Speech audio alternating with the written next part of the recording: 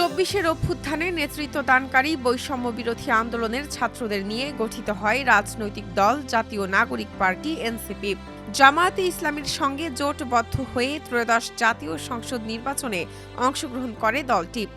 জামায়াত তাদের আসন বরাদ্দ দেয় ৩০টি, এর মধ্যে ৬ জন প্রার্থী বিজয়ী হয়েছেন।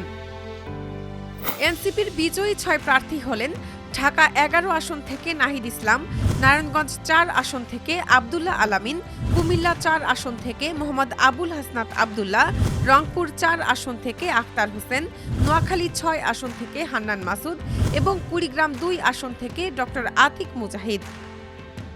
ঢাকা ১১ আসন থেকে এনসিপির আহ্বায়ক নাহিদ ইসলাম মোট ৯৩,৮৭২ ভোট পেয়েছেন। নাহিদ ইসলামের নিকটতম প্রতিদ্বন্দ্বী ছিলেন বিএনপি প্রার্থী এম এ কাইয়ুম।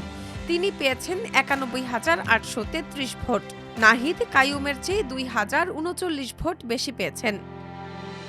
এনসিপি প্রার্থী হান্নান মাসুদ নোয়াখালী ৬ আসন থেকে ৯১,৮৯৯ ভোট পেয়ে বিজয়ী। তার নিকটতম প্রতিদ্বন্দ্বী বিএনপির মোহাম্মদ মাহবুবুর রহমান পেয়েছেন ৬৪,০২১ ভোট।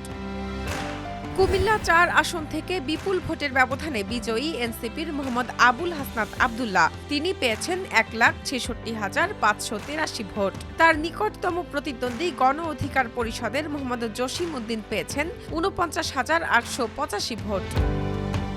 নারায়ণগঞ্জ ৪ আসন থেকে এনসিপি প্রার্থী আব্দুল্লাহ আলামিন ১,০৬,১৭১ ভোট পেয়েছেন। নিকটতম প্রতিদ্বন্দ্বী জমিয়তে উলামায়ে ইসলাম বাংলাদেশের মনির হোসাইন পেয়েছেন ৮০,৬১৯ ভোট।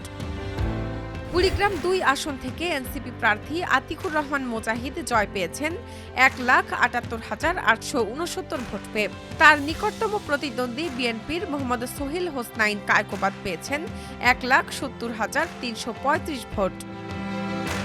রংপুর ৪ আসনের এনসিপি প্রার্থী আখতার হোসেন জয় পেয়েছেন ১,৪৯,৯৬৬ ভোট পেয়ে। তার নিকটতম প্রতিদ্বন্দ্বী বিএনপির মোহাম্মদ এমদাদুল হক ভরসা পেয়েছেন ১,৪০,৫৬৪ ভোট।